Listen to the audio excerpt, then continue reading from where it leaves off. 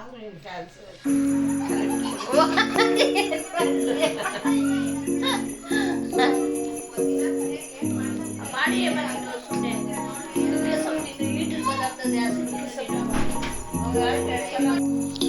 Welcome back to our channel. ಹಬ್ಬ ಎಲ್ಲ ಮುಗಿದ ಮೇಲೆ ನಾವು ಎಲ್ಲ ಕುತ್ಕೊಂಡು ತುಂಬ ರೆಸ್ಟ್ ತಗೋತಾ ಬಜ್ಜಿಗಳನ್ನ ಮಾಡಿಕೊಂಡು ತಿಂತ ಊರಿನ ವಿಷಯಗಳು, ನಮ್ಮ ವಿಷಯಗಳೆಲ್ಲ ಮಾತಾಡಿಕೊಂಡು ಈಗ ಮತ್ತೆ ಬಜ್ಜಿ ಮಾಡ್ತಿದ್ದಾರೆ. ಸೊ ನಾವೆಲ್ಲ ತಿನ್ನೋಣ ಅಂತ ಹೇಳ್ಬಿಟ್ಟು ರೆಡಿ ಆಗ್ತಿದ್ವಿ. ನಮ್ಮ ಅತ್ತೆ ಚೆನ್ನಾಗಿ ಅಡುಗೆ ಮಾಡ್ತಾರೆ. ನಮ್ಮ ಹೇಮ ಕೂಡ ತುಂಬಾ ಚೆನ್ನಾಗಿ ಅಡುಗೆ ಮಾಡ್ತಾರೆ. ಸೊ ನಮ್ಮ ಮಾಮ ಟಿ ವಿ ನೋಡಿಕೊಂಡು ಇವ್ರು ಮಾಡಿಕೊಡ್ತಾರೆ, ಬಜ್ಜಿ ನೋಡಿಕೊಂಡು ತಿಂದ್ಕೊಂಡು. ಸೊ ಬಿಗ್ ಬಾಸ್ ಬೇರೆ ಬರ್ತಿತ್ತು ಈ ಟೈಮಲ್ಲಿ. ಬಿಗ್ ಬಾಸ್ ನೋಡಿಕೊಂಡು ಎಲ್ಲ ಕಾಲ ಕಳೀತಾ ಇದ್ವಿ. ಸೊ ಕ್ರಿಸ್ಮಸ್ ಆದಮೇಲೆ ನಮ್ಮ ಮನೇಲಿ ಏನೆಲ್ಲ ನಡೀತಿದೆ ಅಂತ ಒಂದು ಸ್ಮಾಲ್ ವಿಡಿಯೋ ಮಾಡಿದ್ದೀನಿ. ಸೊ ನೋಡ್ಕೊಂಡು ಬನ್ನಿ. ಎಲ್ಲರೂ ಸೇರಿದಾಗ ಏನಾದ್ರು ಒಂದು ಒಳ್ಳೆ ಐಟಮ್ಸ್ ಮಾಡಿಕೊಂಡು ತಿನ್ನೋದ್ರಲ್ಲಿರೋ ಖುಷಿ ಬೇರೆ ಯಾವುದ್ರಲ್ಲೂ ಇಲ್ಲ ಅಂತ ನಾನು ಅಂದ್ಕೊತೀನಿ. ನಾವೆಲ್ಲ ಒಟ್ಟಿಗೆ ಸೇರಿದ್ರಿಂದ ದಿನ ಒಂದೊಂದು ಅಡುಗೆ ಮಾಡಿಕೊಂಡು ಹಬ್ಬ ಆದಮೇಲೆ ಒಂದಿನ ಒಬ್ಬಟ್ಟು, ಒಂದಿನ ಹೊಡೆ ಪಾಯಸ, ಒಂದಿನ ಕೈಮಾ, ಹಾಗೆ ಒಂದು ಮಟನ್ನು, ಹೀಗೆ ಒಂದೊಂದು ದಿನ ಒಂದೊಂದು ವೆರೈಟಿ ಮಾಡಿಕೊಂಡು ಊಟ ಮಾಡಿಕೊಂಡು ಬಿಗ್ ಬಾಸ್ ನೋಡಿಕೊಂಡು ಹಾಗೆ ಎಲ್ಲ ಥರ ವಿಚಾರಗಳನ್ನ ಮಾತಾಡಿಕೊಂಡು ತುಂಬಾ ಚೆನ್ನಾಗಿ ಕಾಲ ಕಳೆದ್ವಿ. ಸೊ ಆ ವೀಡಿಯೋಸ್ಗಳನ್ನೆಲ್ಲ ಕ್ಲಿಪ್ ತೆಗೆದು ನಾನು ನಿಮ್ಮ ಜೊತೆ ಶೇರ್ ಮಾಡ್ತೀನಿ. ಹಬ್ಬ ಅಂತ ಎಲ್ಲ ಬಂದಾಗ ನಮ್ಮ ಮನೇಲಿ ತುಂಬ ದೂರದಿಂದ ಬರ್ತಾರಲ್ವ, ಸೊ ಸ್ಟೇ ಮಾಡಿಸ್ತೀನಿ ನಾನೇ. ಅವ್ರನ್ನ ತಕ್ಷಣ ಹೋಗಕ್ಕೆ ಬಿಡಲ್ಲ. ಸೊ 1-2-3 ಡೇಸ್ ಇದ್ದು ಮನೆಯಲ್ಲಿ ಚೆನ್ನಾಗಿ ಕಾಲ ಕಳೆದು ಆಮೇಲೆ ಅವ್ರು ಹೋಗಬೇಕು ಅಂತಲೇ ಇದು ಮಾಡ್ತೀನಿ. ಸೊ ನಮ್ಮ ಅತ್ತೆ ಚೆನ್ನಾಗಿ ಅಡುಗೆ ಮಾಡ್ತಾರೆ. ಅವರು ಕೈಯಲ್ಲಿ ರುಚಿ ತುಂಬಾ ಚೆನ್ನಾಗಿರುತ್ತೆ. ಒಂದು ಬೇಳೆ ಸಾಂಬಾರು ಆಗಿರ್ಬೋದು, ಒಂದು ರಸಮ್ ಆಗಿರ್ಬೋದು, ಯಾವುದೇ ಒಂದು ಅಡುಗೆ ಆದರೂ ಅಷ್ಟೇ ತುಂಬ ಚೆನ್ನಾಗಿ ಬರುತ್ತೆ ಇವ್ರ ಕೈಯಲ್ಲಿ. ನಮ್ಮ ದೊಡ್ಡತ್ತೆ ಕೈಯಲ್ಲೂ ಅಷ್ಟೇ ತುಂಬ ಚೆನ್ನಾಗಿ ಅಡುಗೆ ಮಾಡ್ತಾರೆ ಇಬ್ಬರು ಕೂಡ. ಸೊ ಇವ್ರ ಸಾಂಬಾರುಗಳನ್ನ ನಾವು ನೆನೆಸ್ಕೊತಾ ಇರ್ತೀವಿ ಮನೆಗಳಲ್ಲಿ. ನಮ್ಮ ಮಮ್ಮಿಗೆ ಆ್ಯಕ್ಚುಲಿ ವಡೆ ಪಾಯಸ ಅಂದರೆ ಫೇವ್ರೆಟ್ಟು. ಸೊ ಅವರಿಗೋಸ್ಕರನೇ ಮಾಡಿಸಿದ್ದು. ಹಾಗೆ ಇನ್ನೇನು ಮಾಮ ಅತ್ತ ಎಲ್ಲ ಬಂದಿದ್ರಲ್ಲ ಅಂತ ಹೇಳಿ ಕೂಡ ಸ್ಪೆಷಲ್ ಮಾಡಿದ್ದಾಯಿತು.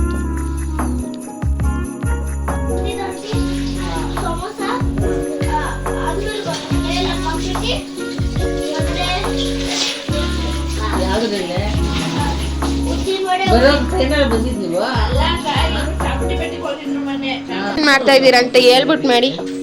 ಚಿಕನ್ ಬಿರಿಯಾನಿ ಇವತ್ತು ನಮ್ಮ ಮನೆಯ ಟಿಫನ್ಗೆ ಚಿಕನ್ ಬಿರಿಯಾನಿ. ಏನ್ ಮಾಡ್ತಿದ್ದೀರಾ?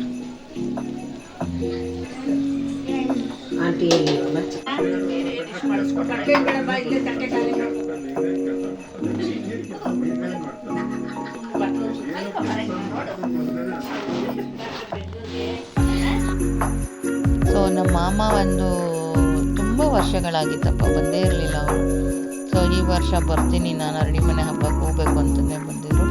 ಸೊ 2-3 ದಿನ ಇದ್ದರೂ ಕೂಡ ನನಗೆ ತುಂಬ ಖುಷಿ ಆಯಿತು. ನಮ್ಮ ಮಾಮ ಬಂದು ಇದ್ದು ಸ್ಟೇ ಮಾಡಿ ಹೋಗಿದ್ದು.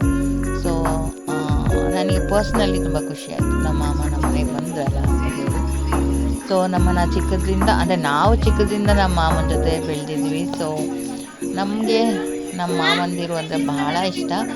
ಆ್ಯಂಡ್ ಅವ್ರ ಮನೆಗೆ ನಾವು ಹೋದರೂ ಅಷ್ಟೇ ತಿಂಗಳಾನುಗಟ್ಟಲೆ ಉಳ್ಕೊಂಡು ಚಿಕ್ಕದ್ರಿಂದ ಬೆಳೆದಿದ್ವಿ. ಸೊ ನಮಗೂ ನಮ್ಮ ಮಾಮ ಇಬ್ಬರು ಅಂದರೆ ಬಹಳನೇ ಫೇವ್ರೆಟ್ಟು.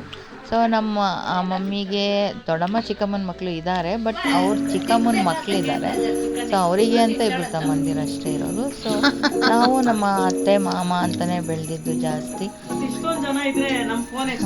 ಸೊ ಇಲ್ಲಿರೋ ಹೇಮ ಅಂತ ಕೂಡ ಅವಳು ಕೂಡ ಮಾಮನ ಮಗಳೇ ಆಗಬೇಕು. ಅದೇ ನಮ್ಮ ಮಮ್ಮಿದು ಚಿಕ್ಕಮ್ಮನ ಕಡೆಯಿಂದ ಮಾಮನ ಮಗಳು. ಸೊ ಈ ಥರ ಇನ್ನೂ ರಿಲೇಷನ್ಸ್ ತುಂಬ ಜನ ಇದ್ದಾರೆ. ಬಟ್ ನಾನು ಸಮಯ ಸಂದರ್ಭ ಬಂದಾಗಲೇ ನಿಮ್ಮನ್ನ ಯಾರು ಏನು ಎತ್ತ ಅಂತ ನಾನು ಪರಿಚಯ ಮಾಡ್ಸೋಕ್ಕೆ ಸಾಧ್ಯ. ಸೊ ಹೋದ ವರ್ಷ ಬಂದವರು ಈ ವರ್ಷ ಬಂದಿರಲ್ಲ ಕ್ರಿಸ್ಮಸ್ಗೆ, ಈ ವರ್ಷ ಬರೋರು ಮುಂದಿನ ವರ್ಷ ಬರೋಲ್ಲ, ಬಿಟ್ಟು ಬರ್ತಿರ್ತಾರೆ ಹಬ್ಬಕ್ಕೆ. ಸೊ ನಾನು ಹಾಗೆ ನಿಮಗೆ ಪರಿಚಯ ಮಾಡಿಸ್ಬೇಕಾಗುತ್ತೆ. ಸೊ ಒನ್ ಆ್ಯಂಡ್ ಓನ್ಲಿ ನಮ್ಮ ಮಮ್ಮಿ ಮಾತ್ರ ಕ್ರಿಸ್ಮಸ್ಗೆ ಯಾವಾಗಲೂ ಅಟೆಂಡ್ ಆಗುವಂಥದ್ದು. ಹಾಗಾಗಿ ನಮ್ಮ ಮಮ್ಮಿ ಕ್ರಿಸ್ಮಸ್ ಹಬ್ಬಕ್ಕೆ ನಮ್ಮ ಮನೆಗೆ ಯಾವಾಗಲೂ ಬೇರೆಯವ್ರ ಬಗ್ಗೆ ನನಗೆ ಗ್ಯಾರಂಟಿ ಇರಲ್ಲ. ಯಾರು ಆ ವರ್ಷದ ಹಬ್ಬಕ್ಕೆ ಬರ್ತಾರೋ ಅವ್ರು ಮಾತ್ರ ಹಬ್ಬಕ್ಕೆ ಬಂದರು ಅಂತ ಹೇಳಿ ನಾನು ಕನ್ಸಿಡ್ರ್ ಮಾಡ್ಕೊತೀನಿ. ಏನು ಮಾಡೋಕ್ಕಾಗಲ್ಲ, ಕೆಲವರಿಗೆ ಕೆಲಸಗಳಿರುತ್ತೆ ಮತ್ತು ಅವ್ರದ್ದೇ ಆದ ಪರ್ಸ್ನಲ್ ಲೈಫ್ಗಳು, ನಾವು ಡಿಸ್ಟರ್ಬ್ ಮಾಡೋಕ್ಕಾಗಲ್ಲ. ಸೊ ನಾನಂತೂ ಎಲ್ಲರಿಗೂ ಕರೆದಿರ್ತೀನಿ, ಎಲ್ಲ ವರ್ಷದ ಕ್ರಿಸ್ಮಸಲ್ಲಿ ಫೋನ್ ಮಾಡಿ ಕೂಡ ಕರೆದಿರ್ತೀನಿ. ಬಟ್ ಅವ್ರಿಗೆ ಯಾರಿಗೆ ಅನುಕೂಲ ಆಗುತ್ತೋ ಅವ್ರು ಬರ್ತಾರೆ, ಯಾರಿಗೆ ಅನುಕೂಲ ಆಗೋಲ್ಲ. ಈ ಸಾರಿ ಕ್ರಿಸ್ಮಸ್ ಆದಮೇಲೆ ಹಾಲಿಡೇಸ್ ಇತ್ತಲ್ಲ, ಸೊ ಹಾಗಾಗಿ ಎಲ್ಲರೂ ಒಂದೆರಡು ದಿನ ಮನೆಯಲ್ಲಿ ಒಳ್ಳೆ ಅಡುಗೆ ಮಾಡಿಕೊಂಡು ಊಟ ಮಾಡಿಕೊಂಡು ಎಲ್ಲರ ಜೊತೆಯಲ್ಲಿ ಕಾಲ ಕಳೆದಿದ್ದಾಯಿತು. ಸೊ ಸಕಲೇಶ್ವರ ಇವ್ರು ಯಾರು ಕರೆಕ್ಟಾಗಿ ನೋಡಿಲ್ಲ, ಬಟ್ ತೋರಿಸೋಣ ಅಂತಂದರೆ ಯಾಕೋ ತುಂಬ ಚಳಿ ಎಲ್ರಿಗೂ ಮನೇಲಿರೋಕ್ಕೆ ಆಸೆ ಆಗೋಯಿತು. ಹೊರ್ಗಡೆ ಹೋಗೋದು ಹೇಗಪ್ಪ ಅನ್ನೋಷ್ಟು ಚಳಿ ಇತ್ತು, ಹಾಗಾಗಿ ಎಲ್ಲೂ ಹೋಗಲಿಲ್ಲ. ಸೊ ಜಸ್ಟ್ ಮನೆಯಲ್ಲೇ ಇದ್ದು ಒಳ್ಳೆ ಊಟ ತಿಂಡಿ ಮಾಡಿಕೊಂಡು ಕ್ರಿಸ್ಮಸ್ ಆದಮೇಲೆ ಮನೆಯಲ್ಲೇ ಖುಷಿಯಾಗಿ ಕಾಲ ಕಳೆದಿದ್ದಾಯಿತು. ಮಕ್ಕಳೆಲ್ಲ ಬಂದಿದ್ರಲ್ಲ, ಒಂಥರ ಮನೆಯಲ್ಲೇ ಇರೋದು ಮಜಾ ಅಂತ ಅನ್ನಿಸ್ತು. ಪಾಪ ಅವ್ರನ್ನೆಲ್ಲೂ ಕೂಡ ಕರ್ಕೊಂಡು ಹೋಗೋಕ್ಕೂ ಆಗಲಿಲ್ಲ. ಹಾಲಿಡೇಸ್ಗಳಲ್ಲಿ ಎದ್ದೇಳೋದೇ ಲೇಟು, ಮತ್ತು ಅಡುಗೆ ಶುರು ಮಾಡ್ಕೊಳ್ಳೋದು, ಊಟ ಮಾಡೋದು, ಟಿ ವಿ ನೋಡೋದು, ಇದೇ ಆಗೋಯಿತು. ಸೊ ಅದು ಒಂಥರ ಚೆನ್ನಾಗಿತ್ತು ಮನೆಯಲ್ಲಿ. ನನಗೆ ಯಾವಾಗಲೂ ಆಫೀಸ್ ಅಂತ ಹೋಗ್ತಾ ಇರ್ತೀವಲ್ವ, ಸೊ ಮನೇಲಿ ಇರಬೇಕು ಅಂತ ನಮ್ಗನ್ಸುತ್ತೆ. ಬಟ್ ಅವ್ರಿಗೂ ಊರುಗಳು ನೋಡಬೇಕು ಅಂತ ಆಸೆ ಇರುತ್ತೆ. ನನಗೆ ಅಂತ ಅಲ್ಲ, ಕರ್ಕೊಂಡೋಗೋಕ್ಕೆ ಊರುಗಳಿಗೂ ಹೊರ್ಗಡೆ ಹೋಗೋಕ್ಕೆ ಇಷ್ಟ ಆಗಲಿಲ್ಲ. ಸೊ ಹಾಗಾಗಿ ಮುಂದಿನ ಸಾರಿ ಇನ್ನೇನು ಲಾಸ್ಟ್ ಇಯರ್ ನಾವು ಕೂಡ ಸಕಲೇಶ್ವರನ ಬಿಟ್ಟು ಹೋಗುವಂತಹ ಪರಿಸ್ಥಿತಿ ಹತ್ರ ಆಗ್ತಿದೆ ಅಂತ ನನಗೆ ಗೊತ್ತು. ಸೊ ಹಾಗಾಗಿ ಮುಂದಿನ ವರ್ಷ ಎಲ್ಲರಿಗೂ ಕೂಡ ನಮ್ಮ ಒಂದು ಸಕಲೇಶ್ವರ ಹೇಗಿದೆ ಅಂತ ಹೇಳಿ ಎಲ್ಲರಿಗೂ ಒಂದು ಒಳ್ಳೆ ಟೂರ್ ಮಾಡಿಸ್ಬಿಟ್ಟು ಮತ್ತು ನೆಕ್ಸ್ಟ್ ಇಯರ್ ಒಂದು ಲಾಸ್ಟ್ ಹಬ್ಬ ಮಾಡಿಬಿಟ್ಟು ಸಕಲೇಶ್ವರಕ್ಕೆ ಗುಡ್ ಬೈ ಹೇಳೋಣ ಅಂತ ಮನಸ್ಸಲ್ಲಿ ಇದೆ. ಸೊ ನೋಡಬೇಕು ಏನಾಗುತ್ತೆ ಅಂತ. ಸೊ ಅದಕ್ಕೆ ಮುಂದಿನ ವರ್ಷ ಎಲ್ಲರನ್ನ ಕರೆಸಿ ಒಂದೊಳ್ಳೆ ಹಬ್ಬ ಮಾಡಿಬಿಟ್ಟು ಎಲ್ಲರಿಗೂ ಈ ಸಕಲೇಶ್ವರನ ಸುತ್ತಮುತ್ತ ಏನಿದೆ ಎಲ್ಲರಿಗೂ ಒಂದು ಟೂರ್ ಮಾಡಿಸ್ಬಿಟ್ಟು ನೆಕ್ಸ್ಟ್ ಶಿಫ್ಟ್ ಆಗಿಬಿಡೋಣ ಅಂತ ಇದ್ದೀನಿ. ಅಲ್ಲಿವರೆಗೂ ನೋಡೋಣ ಯಾರ್ಯಾರು ಬರ್ತಿರ್ತಾರೆ ಮಧ್ಯ ಏನೇನಾಗುತ್ತೆ ಅಂತ. ಸೊ ಅಂದ್ಕೊಂಡಿದ್ದೀನಿ ಈ ಥರ.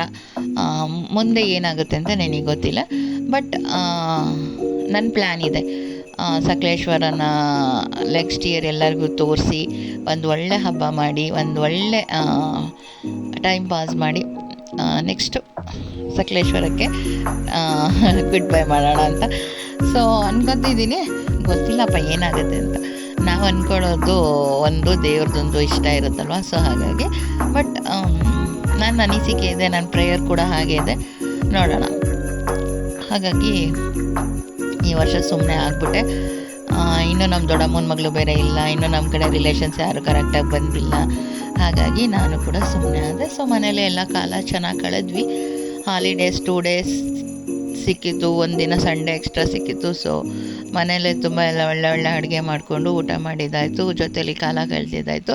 ತುಂಬಾ ಚೆನ್ನಾಗಿತ್ತು. ಕ್ರಿಸ್ಮಸ್ ಆದಮೇಲೆ ಒಂದು 2-3 ಡೇಸ್ ಇವರೆಲ್ಲ ಮನೇಲೇ ಇದ್ದಿದ್ದು, ಒಂಥರ ಮನೇಲಿ ಜನ ಎಲ್ಲ ತುಂಬಿದಂಗೆ ಮನೇಲಿ ಇದ್ದರು.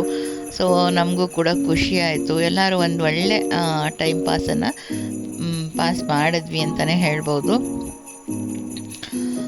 ನಮ್ಮ ಅತ್ತೆ ಕೂಡ ಸಕಲೇಶ್ವರ ಚೆನ್ನಾಗಿದೆ ಅಂತ ಹೇಳ್ತಿದ್ರು. ಸಕಲೇಶ್ವರನ ಯಾರು ಚೆನ್ನಾಗಿಲ್ಲ ಅಂತಾರೆ, ಎಲ್ಲರಿಗೂ ಇಷ್ಟ ಆಗುತ್ತೆ. ಸೊ ಅದರಲ್ಲೂ ನಾವು ಬೆಂಗಳೂರು ಕಡೆಯವ್ರು ಬಂದ್ಬಿಟ್ರು ಅಂತ ಸಕಲೇಶ್ವರ ಸ್ವರ್ಗನೇ. ಸೊ ತುಂಬ ಚೆನ್ನಾಗಿದೆ ಊರು ಅಂತ ಕೂಡ ನಮ್ಮ ಅತ್ತೆ ಕೂಡ ಹೇಳ್ತಾಯಿದ್ರು. ನಮ್ಮ ಮಾಮಂಗೂ ಇಷ್ಟ ಆಯಿತು. ಸೊ ಹಾಗಾಗಿ ಒಂದು 2-3 ಡೇಸ್ ಇದ್ದರು, ಮತ್ತು ಆಮೇಲೆಲ್ಲ ಹೊರಟರು.